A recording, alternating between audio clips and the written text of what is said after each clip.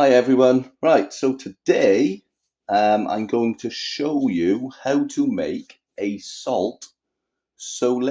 Now it's spelt sole, S-O-L-E, but it's pronounced sole, which I think sounds very posh.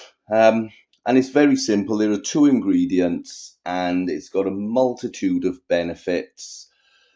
Some a little bit more controversial than others, from helping hydration, which I believe is a scientific fact, all the way through to improving blood sugar levels, weight loss, improving digestion.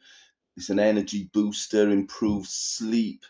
It's a detoxification method. And like I say, I mean, we've preserved our food in salt for millennia. Um, So like I say, it's two ingredients and some simple utensils. So we're going to use a glass jar without a metal lid. We don't want to use metal. And we've got some distilled water. Any good filtered water will be fine. Now, what you don't want to use is this poison. Um, Table salt is pretty much pure sodium.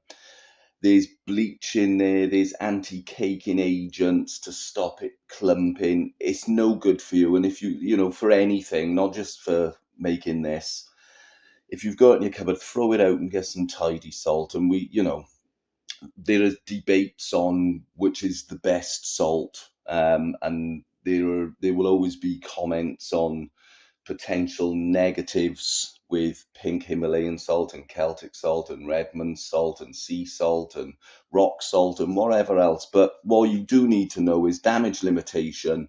This is evil. Throw it in the bin. So two salts that we supply and sell on crapfree.co.uk are your Himalayan Pink Salt and your Celtic Sea Salt. Today I am going to be making the Sole out of Himalayan Pink Salt. Celtic salt's quite a lot more expensive and I just love the taste of it. It's my favourite, so I put that on my food, so I'm not going to use it in a Sole. I don't need to, but I am, generally speaking, intaking both Celtic sea salt and pink Himalayan salt. Now, they both contain apparently 84 trace minerals, which are necessary for the human body at different amounts, and some are higher in one than the other. So if you have pink salt and Celtic salt, in my opinion, you're getting the best of both worlds. So back to the recipe. It's really, really, really, really simple. We want to fill this jar, and any size jar, it really doesn't matter. I'm going to put about, I don't know, maybe, I don't know what's that, about a quarter, I guess, in there. That's about a quarter.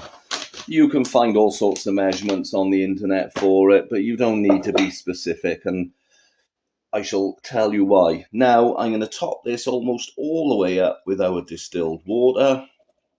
Again, a good filtered water will do fine as long as it's clean. You don't want tap water in there, really. It's got chlorine and most likely fluoride. And I say most likely because a lot of the water companies deny it. And a whole host of other chemicals which they use to give it a chemical wash to pretend that it's clean. So I've topped it up with probably about an inch from the top. Now don't use metal. Not only is salt very corrosive, there's also debate about the charge, the electric ions and so on and so forth in it. So give it a good stir. I'm using, obviously, as you can see, a bit of wood.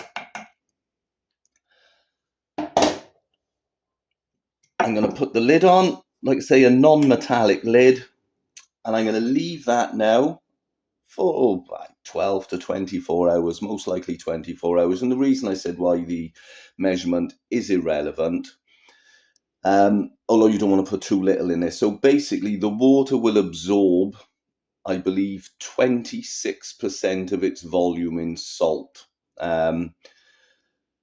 So tomorrow, this will be almost clear. And as long as you've got salt in the bottom, then you know that water is fully saturated with salt. It would appear that the common dosage on the internet, again, this is by no means medical information, advice. Most people would take a teaspoon of this Sole in, I mean, you can either take it as a teaspoon, it would be quite salty, or you can put it in a drink of water, whatever. I tend to just use a turkey baster and dash a load of it in my bottle of water for the day.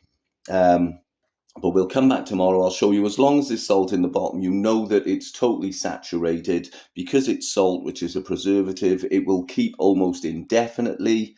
As you run low, you can add some more water, just top it up with water as it runs low. And if it ever gets to the stage where it's absorbed all of the salt which you put in there, add some more salt. So you've got a never-ending supply as long as you've got salt and water. And that's it. Thank you very much, everybody. I'll just show you what it looks like in when it's ready tomorrow. And that's it. Thank you very much. If you do want to buy any good quality salts, Celtic sea salt, Himalayan pink salt, we do Dead Sea bath salts, Epsom salts, all available on our website, crapfree.co.uk. We ship all over the United Kingdom. We also do some other good healthy stuff like charcoal, activated charcoal, bentonite clay, bicarbonate of soda, organic arrowroot powder, organic turmeric, as well as all of the other things that we sell. But in powder form, we've got quite a good range, including a various range of salts. So thank you very much. Catch you all soon. Cheers. Hi everyone, I'm back again with an update on the Salt Sole. It's not quite been 24 hours, but as you can see,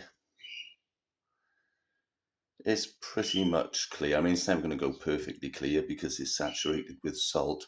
You can see there's a big pile of salt in the bottom. There are some particles in there where I've been moving it about, suspended in the solution. So as that runs low, there's so much salt in the bottom of there. As that runs low, I can just add some more water, give it a stir, leave it settle, ready to use again the next day. So thank you very much. Hope you make your own and hope you enjoy it. Cheers.